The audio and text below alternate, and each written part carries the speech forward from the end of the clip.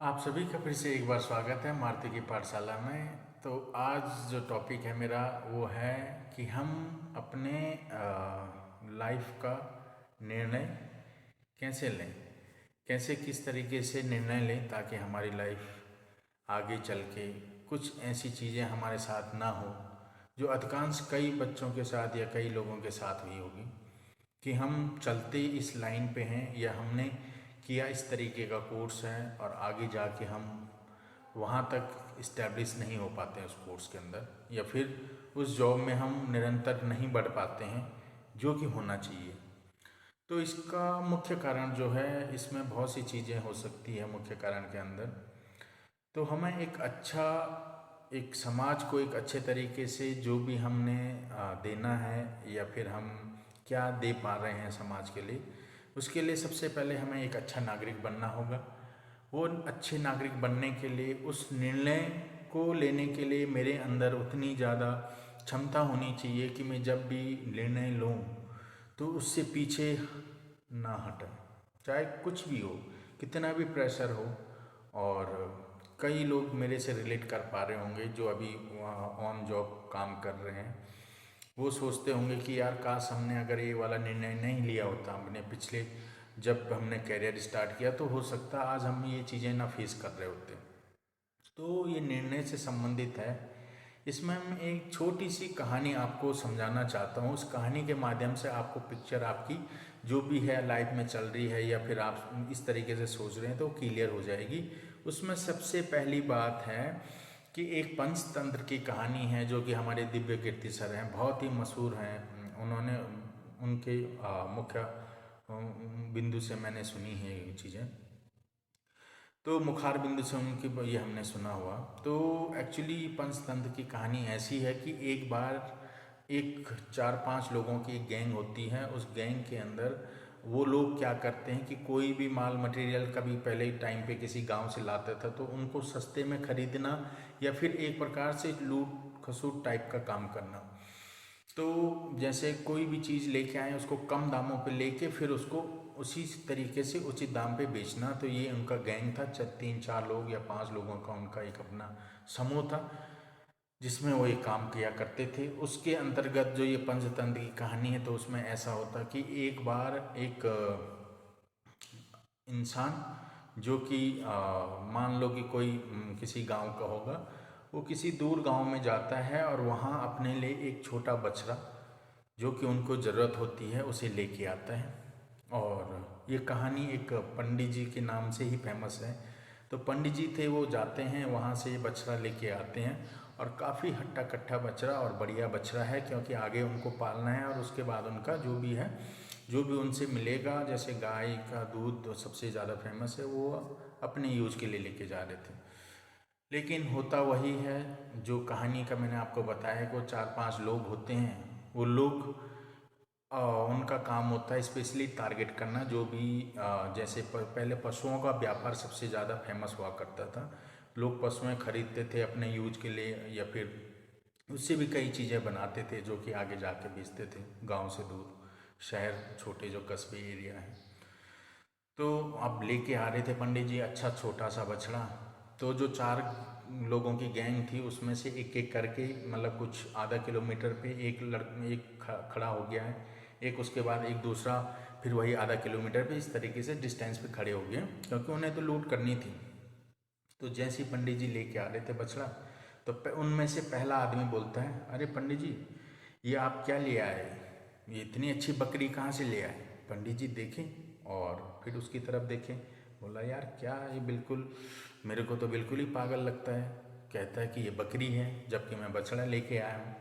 उसका पहले आदमी का काम वहीं पे समाप्त हो गया। वहाँ से उसका जो भी था उसने अपना पूरा काम कर लिया। पंडित जी आगे निकले, दूसरा मिला, फिर दूसरे भी कहने लगे, अरे वाह क्या बात है पंडित जी, आज कहाँ ये बकरी मिल गई आपको।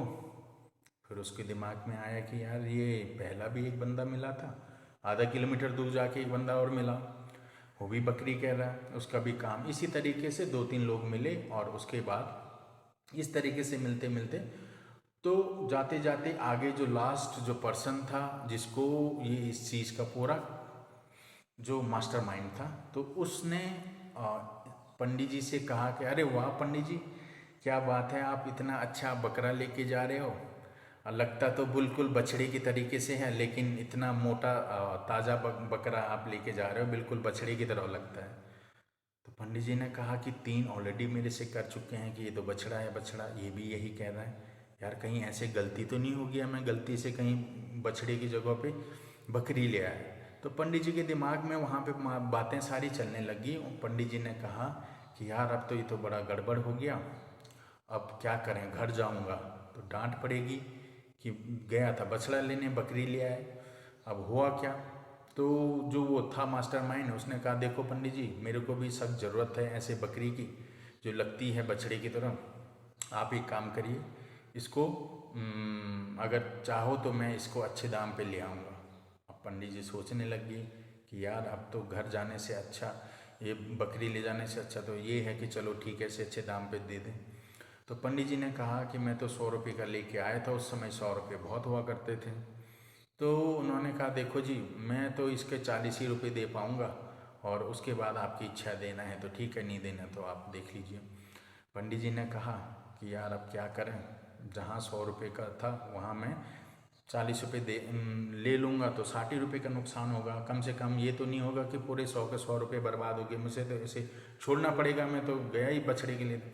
तो वो आदमी उस चीज़ को ले लेता है और मिनिमम 60 रुपये वहाँ पे अपने बना लेता है। तो इस कहानी का सार ये है कि जब भी आप कभी अपनी ज़िंदगी में काम करने चलोगे तो आपके पास ऐसे बहुत से लोग आएंगे जो आपको इतनी ज़्यादा चीज़ों में डाल देंगे और ऐसी ऐसी जानकारियाँ आपको देंगे, आपका माइंड बिल्कुल भ्रमित हो जाएगा।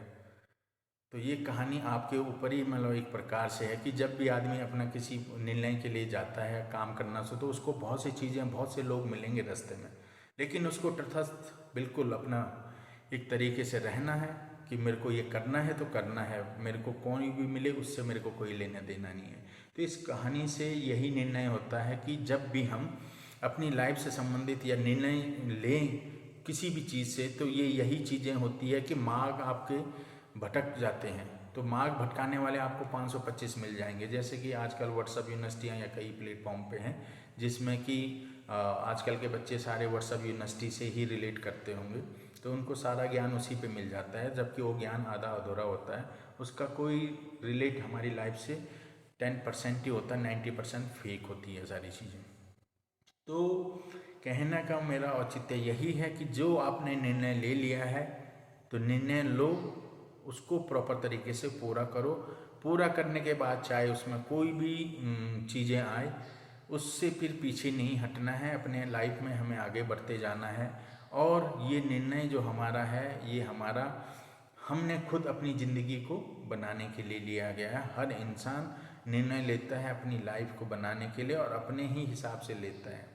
तो ये सारी चीज़ें, ये एक निर्णय के हिसाब से मैंने आपको बताया कि निर्णय कैसे लें।